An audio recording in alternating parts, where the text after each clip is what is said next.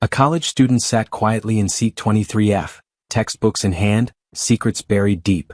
But when pilots collapsed at 37,000 feet and death whispered through contaminated air, her hands gripped the controls.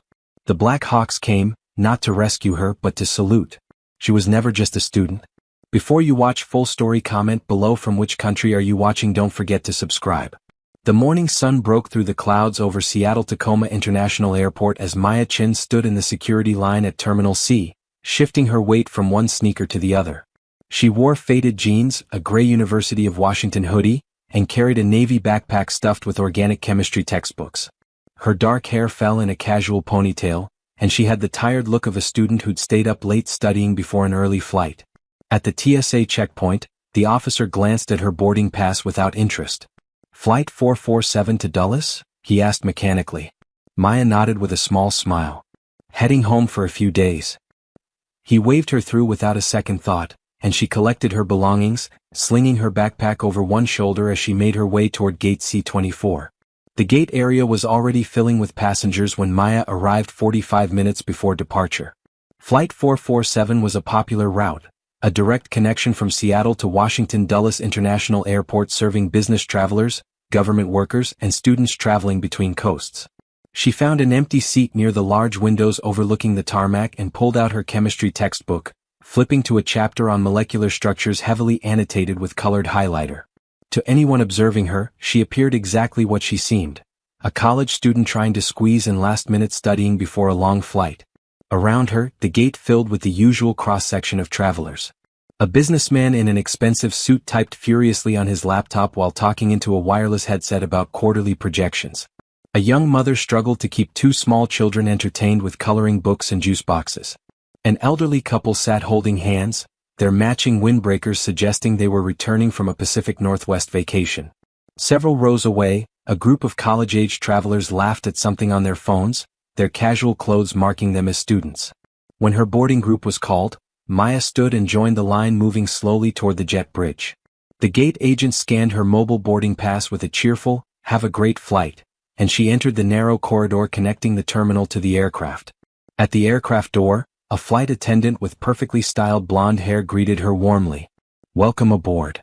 Maya smiled politely and made her way through the first-class cabin where passengers were already settling into wider seats with pre-departure beverages, continuing into the economy section. Her seat was 23F, a window seat about two-thirds of the way back. She stuffed her backpack into the overhead bin, keeping only her textbook and phone, then slid into her seat and buckled the seatbelt. A middle-aged woman in business casual soon appeared beside her row, checking her boarding pass before settling into the middle seat with an apologetic smile. "Sorry, looks like we're neighbors." Maya returned the smile and shifted toward the window to give her seatmate more room. "No problem at all." The woman noticed the chemistry textbook in Maya's lap and nodded toward it. "Student?" Maya nodded. "Yeah, junior year at UW. Heading back to DC to visit family for a few days." The woman's expression brightened. "Oh, how nice. What are you studying?" Maya glanced at her textbook. "Pre-med, so lots of chemistry and biology right now. The glamorous life of memorizing molecular structures." The woman laughed sympathetically. "Well, good for you. My daughter is in her first year at Georgetown and she's already complaining about her workload." The aisle seat was taken by a young man in his 20s wearing khakis and a polo shirt, who offered a brief nod before immediately putting in earbuds and closing his eyes. As final passengers boarded and flight attendants began their safety demonstration, Maya appeared to study her textbook, though her eyes occasionally flickered toward emergency exit rows and flight attendant positions. Everything about her posture and demeanor suggested a typical student passenger, perhaps slightly nervous about flying, focused on studies and looking forward to seeing family. What none of her fellow passengers could possibly know, what the flight attendants had no reason to suspect, and what even the pilots in the cockpit would never have guessed, was that Maya Chen's student identity was carefully constructed cover for her actual profession. She was Captain Maya Chen, United States Army Special Operations Aviation Regiment, a tactical operations specialist with advanced training in crisis management, emergency response, and high-risk rescue operations. Her 6 years of service included deployments to 3 continents, classified missions that would never appear in official records, and specialized training few civilians could imagine existed. Her assignment in Seattle had been deep cover operation lasting 8 months, living as a student while providing tactical support and intelligence coordination for a multi-agency task force tracking weapons trafficking through Pacific Northwest ports. The mission had concluded successfully 2 weeks earlier, and she was returning to Fort Belvoir in Virginia for debriefing before her next assignment. The Boeing 737 pushed back from the gate right on schedule, and the pilots' voices came over the intercom with standard announcements about flight time, altitude, and weather conditions at their destination. Maya felt the familiar sensation of the aircraft turning and beginning to taxi toward the runway, engines spooling up as they joined the queue of departing flights. The takeoff was smooth and routine, acceleration pressing passengers back into their seats as the aircraft lifted off and climbed steeply over Puget Sound. Maya watched the city fall away below, familiar landmarks of Seattle growing smaller as the aircraft banked eastward and continued climbing through scattered clouds. The seatbelt sign remained illuminated for 15 minutes as they reached cruising altitude of 37,000 feet. Then the tone chimed and the captain's voice returned with permission to move about the cabin. Flight attendants began their beverage service, rolling carts down narrow aisles taking orders for coffee, juice, and soft drinks. Maya accepted a cup of water when the cart reached her row, and her seatmate ordered coffee while making small talk with the flight attendant about weather in Washington. They chatted briefly about differences between Seattle and Washington, about challenges of managing schoolwork while traveling, about the woman's daughter at Georgetown adjusting to college life away from home. The flight settled into peaceful monotony characterizing cross-country air travel, the steady drone of engines and quiet conversations creating white noise backdrop as the Boeing 737 traced its route across Washington state into Idaho. Maya returned to her textbook, though no longer actively studying. Her mind had shifted into passive awareness mode. Her training had developed, a state where she appeared relaxed while actually maintaining continuous environmental monitoring. 2 hours into the flight over Montana, Maya noticed the first subtle indication something was wrong. The aircraft's engine note had changed slightly, a barely perceptible shift in pitch suggesting thrust setting adjustment. A moment later, the aircraft banked gently left, which could have been routine course correction but felt slightly sharper than normal. Then the cockpit door opened suddenly and a flight attendant emerged moving quickly down the aisle toward the rear, her expression tight with poorly concealed concern. She spoke briefly with another attendant near the aft galley, and though Maya couldn't hear the conversation over engine noise, she could read the body language clearly. Something was wrong in the cockpit. The two attendants returned forward together, moving with practiced calm but noticeable urgency. One picked up the intercom handset near the forward galley. "Ladies and gentlemen, the captain has turned on the fasten seatbelt sign due to expected turbulence ahead. Please return to your seats and ensure your seatbelts are securely fastened." But there was no turbulence. The air outside was smooth and clear, and Maya felt no atmospheric disturbance that would prompt such an announcement. Her seatmate sighed and closed her laptop. "I hate turbulence," the woman muttered. Maya made a sympathetic sound but said nothing, her attention now fully focused on subtle indicators that something more serious was developing. 5 minutes later, one of the senior flight attendants, a woman in her 50s with a name tag reading Patricia, emerged from the cockpit and moved through the cabin with barely controlled urgency. She stopped at several rows, speaking quietly to passengers, clearly looking for someone with specific qualifications. Maya watched as Patricia approached a man in business attire several rows ahead. "Sir, are you a pilot or do you have any aviation experience?" The man shook his head, looking confused and concerned. Patricia thanked him and continued down the aisle, repeating her question. When Patricia reached Maya's row, she looked at all three occupants with the same urgent question. "Excuse me, do any of you have pilot training or aviation experience?" Maya's seatmate shook her head, and the young man in the aisle seat removed his earbuds with a confused expression. "No what? What's going on?" Patricia forced a calm smile. "Just a precaution, sir. What about you, miss?" She was looking at Maya now, and Maya could see fear behind the professional composure. Maya met Patricia's eyes and made a split-second decision. Years of training emphasized maintaining cover under all circumstances, but she also recognized genuine crisis. She kept her voice low and calm. "I need to know what's happening before I can help. Is there a problem with the pilots?" Patricia hesitated, clearly weighing how much to reveal, then leaned closer and spoke quietly so other passengers wouldn't overhear. "The captain is unconscious, possible heart attack. The first officer is trying to fly the aircraft but he's also feeling ill, and we've lost some navigation systems. We've declared an emergency and we're trying to reach the nearest airport, but we need someone who understands aircraft systems." Her voice cracked slightly, and Maya could see the terror she was fighting to suppress. Maya glanced at her seatmate, who was watching with growing alarm, then looked back at Patricia. "I have extensive aviation training and crisis management experience," she said quietly, her voice taking on different quality, the careful student inflection dropping away to reveal command presence underneath. "Take me to the cockpit immediately." Patricia's eyes widened at the transformation in Maya's demeanor, but she didn't ask questions. She simply nodded and gestured for Maya to follow. As Maya unbuckled and stood, her seatmate grabbed her arm. "Wait, you're a student, how do you know about flying planes?" Maya looked at the woman for a moment, then gave a small, tight smile. "I'm not exactly what I appear to be. Stay calm, help keep other passengers calm, and everything is going to be okay." Before the woman could respond, Maya was moving up the aisle behind Patricia, her entire bearing shifting from casual student to focused professional. The cockpit door was secured, but Patricia had the access code.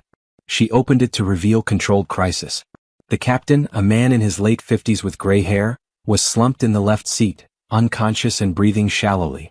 The first officer, younger but pale and sweating, was gripping the controls with white knuckles, his eyes flickering between instrument panels and the windscreen. Multiple warning lights illuminated the panel, and Maya immediately recognized signatures of cascading system failures. The first officer turned his head as they entered. "Who are you?" "We need a doctor, not another passenger." He broke off as a wave of nausea clearly hit him, and he fought to maintain control. Maya moved immediately to the jump seat behind the center console, her eyes scanning instruments with practiced efficiency. "First officer, my name is Captain Maya Chin, United States Army Special Operations Aviation Regiment. I have over 2,000 flight hours including emergency rescue operations and crisis management. I need you to focus and give me a situation report right now." The authority in her voice cut through the first officer's panic, and he responded automatically. "Captain Williams is unconscious, we think cardiac arrest. I started feeling sick about 10 minutes ago, dizziness and nausea getting worse. We've lost GPS navigation, the autopilot won't engage, and multiple system warnings. I declared an emergency and ATC is vectoring us toward Salt Lake City, but I don't know if I can maintain control long enough." His voice was shaking and sweat dripped from his forehead. Maya was already assessing with rapid processing her training had developed. The symptoms affecting both pilots suggested possible carbon monoxide poisoning or contaminated air supply. The system failures could be related or represent separate emergency. They were at 37,000 feet over mountainous terrain with 240 passengers depending on getting this aircraft safely on the ground, and they had maybe 15 minutes before the first officer became completely incapacitated. She keyed the radio transmit button. "Salt Lake Center, this is November 747 emergency flight. Be advised we have additional personnel in the cockpit with military aviation experience and crisis management training. Request immediate vectors to nearest suitable airport and emergency services standing by. Also recommend medical teams prepared for possible carbon monoxide or air contamination incident affecting flight crew." The controller's response was immediate. "November 747, roger that, understand military trained personnel now assisting.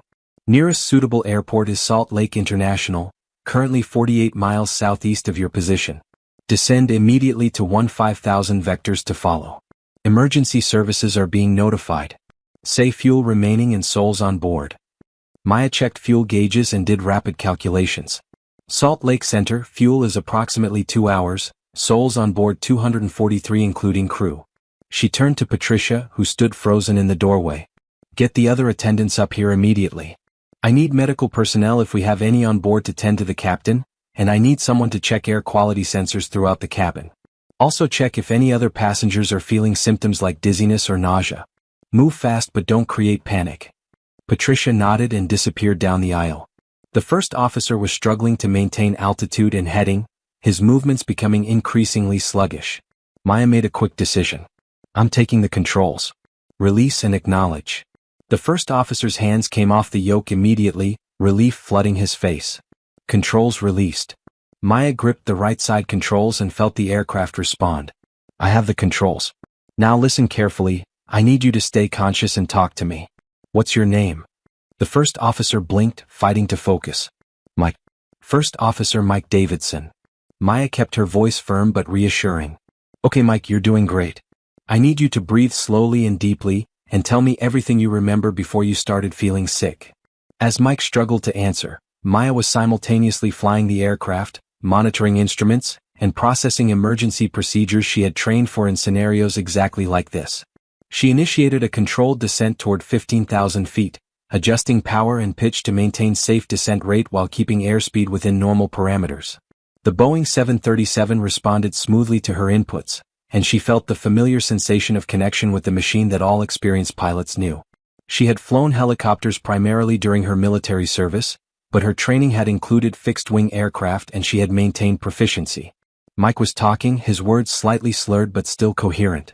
About 20 minutes ago, maybe longer, I noticed a weird sweet smell in the cockpit. Didn't think much of it. Then Captain Williams said he felt strange, like dizzy, and then he just slumped over.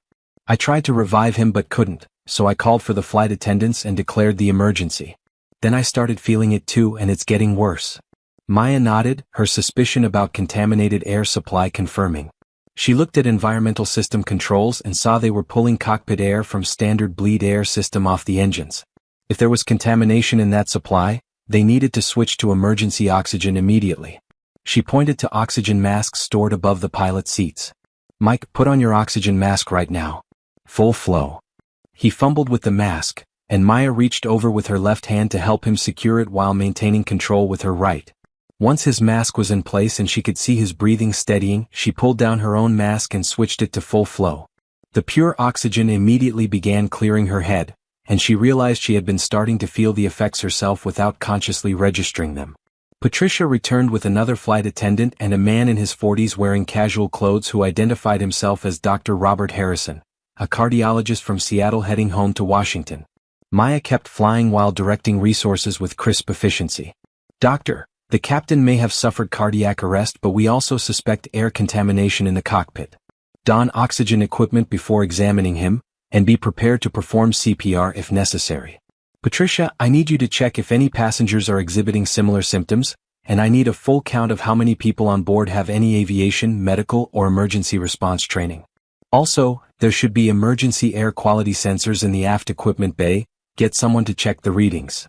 The cockpit was now crowded, but Maya maintained focus on flying the aircraft and navigating toward Salt Lake City.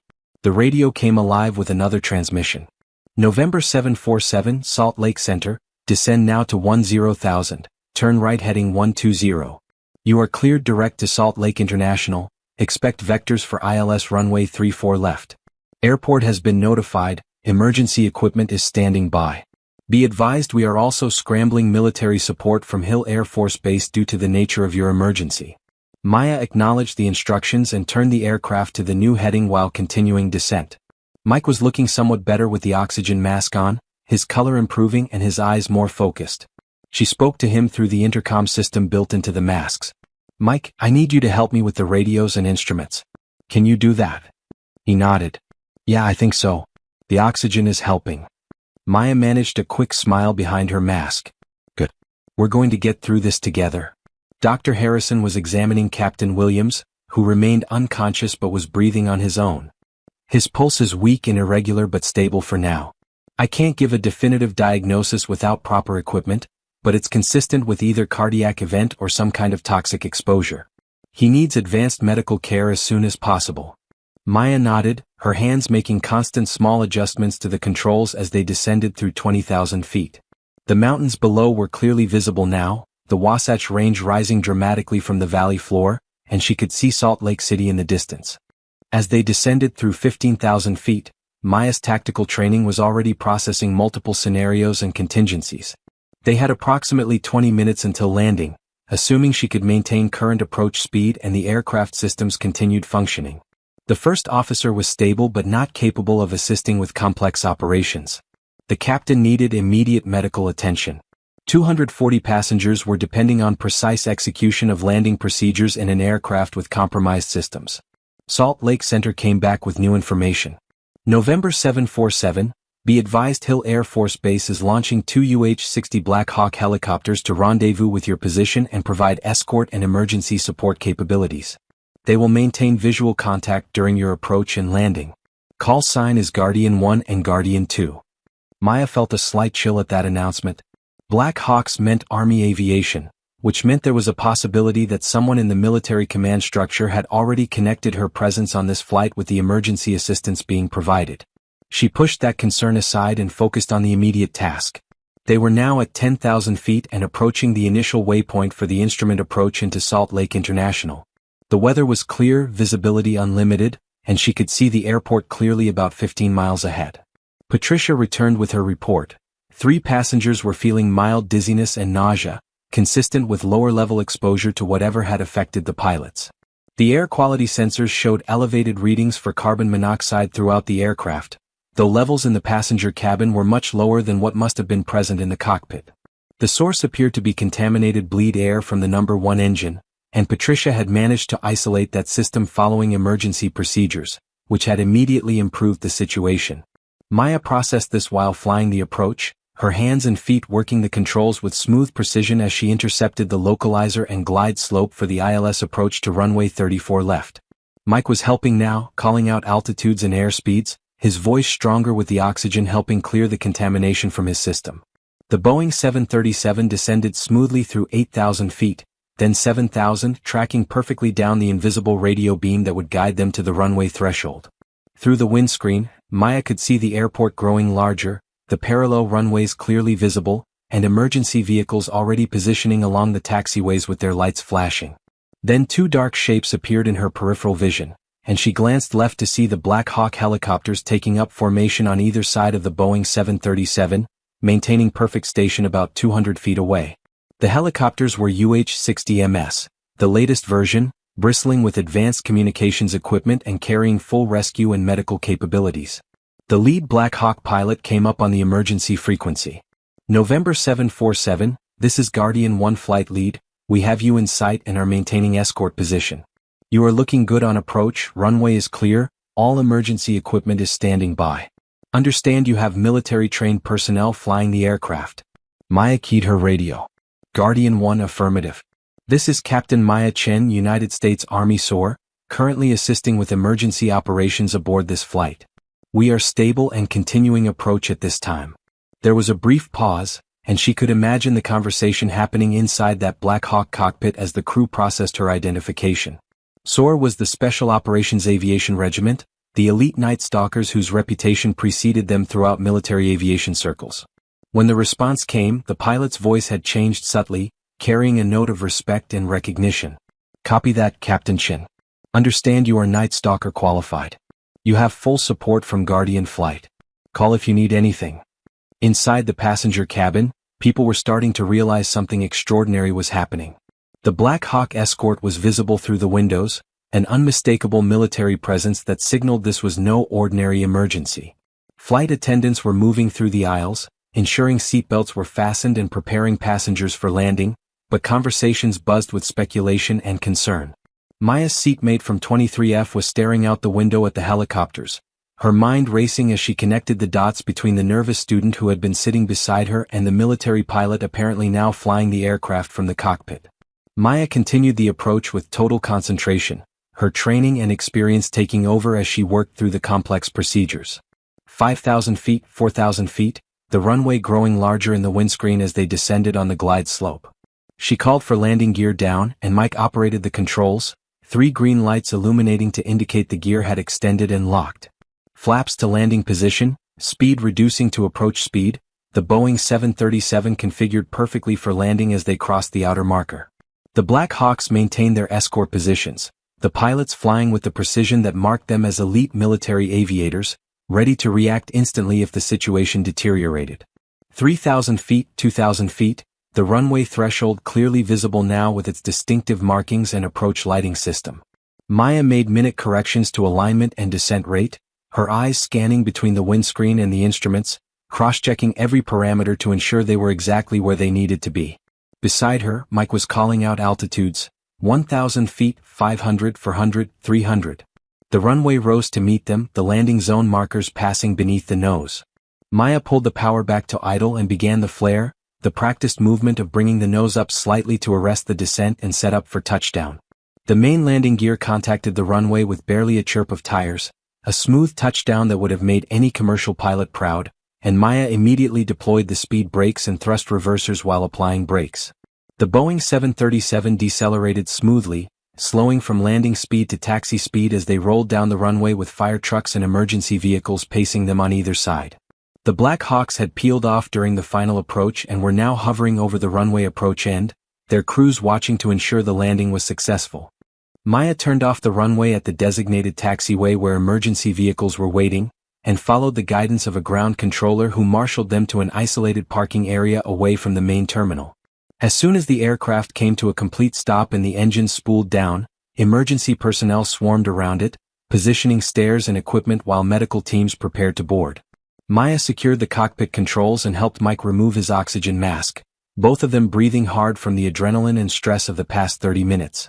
Dr. Harrison was already preparing to transfer Captain Williams to the waiting medical teams. Patricia opened the cockpit door as soon as it was safe, and emergency medical personnel rushed in to attend to the captain. Behind them, Maya could see passengers craning their necks to see into the cockpit, their faces showing confusion, relief, and curiosity about who had been flying the aircraft. She stood and began coordinating with the emergency responders, briefing them on the symptoms, the suspected carbon monoxide contamination, and the condition of all personnel on board. Her military bearing was now fully evident, the student persona completely gone, replaced by the confident special operations officer who had commanded missions in far more dangerous circumstances than this. The Black Hawk helicopters had landed on the taxiway nearby, and Maya saw a group of military personnel approaching the aircraft. The lead figure was a lieutenant colonel in Army flight suit with the SOAR insignia clearly visible on his shoulder. He entered the aircraft and made his way to the cockpit, saluting sharply when he saw Maya. "Captain Chin, I should have known when we got the alert that a special operations officer was assisting with an aviation emergency, it would turn out to be you. Hell of a job bringing that bird down safely." Maya returned the salute with equal precision. "Thank you, sir. Just glad we had the training to handle it." The colonel's expression became more serious. "When the emergency declaration came through and we heard military aviation experience was involved, we ran the passenger manifest through our systems and your cover identity flagged immediately. Given your clearance level and current operational status, Command made the decision to provide direct military support. We're also treating this as a potential security incident until we know whether this was equipment failure or something more deliberate." Maya nodded, understanding the implications. If the contamination wasn't accidental, it meant someone had deliberately tried to cause the deaths of everyone on board, and her presence might not have been coincidental. But those were questions for investigators. Right now, her priority was ensuring all passengers were safe and receiving medical attention. She turned to help coordinate the deplaning operation, which was proceeding smoothly as passengers filed off the aircraft and onto buses that would take them to the terminal. As passengers deplaned, many of them stared at Maya with new awareness, seeing the military personnel treating her with obvious respect and deference. The woman from seat 23F stopped as she reached the door, looking at Maya with wide eyes. "You really weren't just a student, were you?" Maya met her gaze with a slight smile. "I am a student, actually. Just not only a student. I'm glad we all made it down safely." The woman shook her head in amazement. "You saved all of our lives. Thank you doesn't seem like enough." Maya touched her shoulder gently. "Just doing what I was trained to do, ma'am. Take care of yourself." The deplaning took another 20 minutes, and during that time federal investigators arrived along with additional military security personnel. The aircraft would be thoroughly examined to determine the source of the contamination and whether it represented equipment failure or sabotage. Captain Williams had been rushed to the nearest trauma center and his condition was stable, while the first officer and the 3 affected passengers were receiving treatment for carbon monoxide exposure and all were expected to make full recoveries. Maya spent 2 hours being debriefed by federal air marshals, National Transportation Safety Board investigators, and military intelligence officers who wanted detailed accounts of everything she had observed and experienced. She described the timeline of events, the symptoms, the system failures, her assessment of the contamination source, and her emergency response decisions. Her training made her an ideal witness because she could provide technical details that most civilian passengers would never have noticed or understood. Several days later, after returning to Fort Belvoir and completing additional debriefing sessions, Maya received word that preliminary findings suggested the contamination had been a maintenance failure rather than deliberate sabotage. The bleed air seal had been improperly serviced during routine maintenance 3 weeks earlier, and the gradual degradation had finally reached critical failure during the flight. It was a sobering reminder that aviation safety depended on countless small decisions and actions, and that sometimes human error could create catastrophic situations even without malicious intent. She was also informed that she would receive the Soldier's Medal, the Army's highest peacetime award for heroism, though the ceremony would be private and the citation carefully worded to protect her classified status. Major General Sarah Hendricks, commander of all Special Operations aviation assets on the East Coast, personally called to commend her performance and discuss her future assignments. The visibility from the incident meant her deep cover capabilities would be limited for the foreseeable future, but Hendricks assured her there were other roles where her skills and experience would be valuable. Maya accepted a staff position at Joint Special Operations Command at Fort Bragg, working on strategic planning and coordination while maintaining her flight proficiency through regular training. It wasn't the operational flying she loved most, but she recognized it as necessary professional development that would prepare her for future command opportunities. The incident on Flight 447 had revealed her capabilities to the world in a way she had never intended, but it had also reinforced her sense of purpose and her commitment to the demanding career she had chosen. Years later, the story of the military pilot who had emerged from student cover to save hundreds of lives became something of a legend in aviation circles, embellished and mythologized as such stories always are. Maya rarely spoke about it herself, uncomfortable with attention and preferring to focus on ongoing work leading soldiers and conducting operations that served national security objectives. But in quiet moments, she would remember that morning over Montana when her two identities had collided, when the student cover she had maintained so carefully had fallen away to reveal the special operations officer underneath, and when the skills and training she had devoted her life to mastering had made the difference between tragedy and survival for everyone aboard that aircraft. The Black Hawk helicopters that had escorted her emergency landing had represented more than just military support during a crisis. They had been a visible reminder that she was part of something larger than herself, part of a community of elite professionals who trained for impossible situations and who held each other to the highest standards of performance and integrity.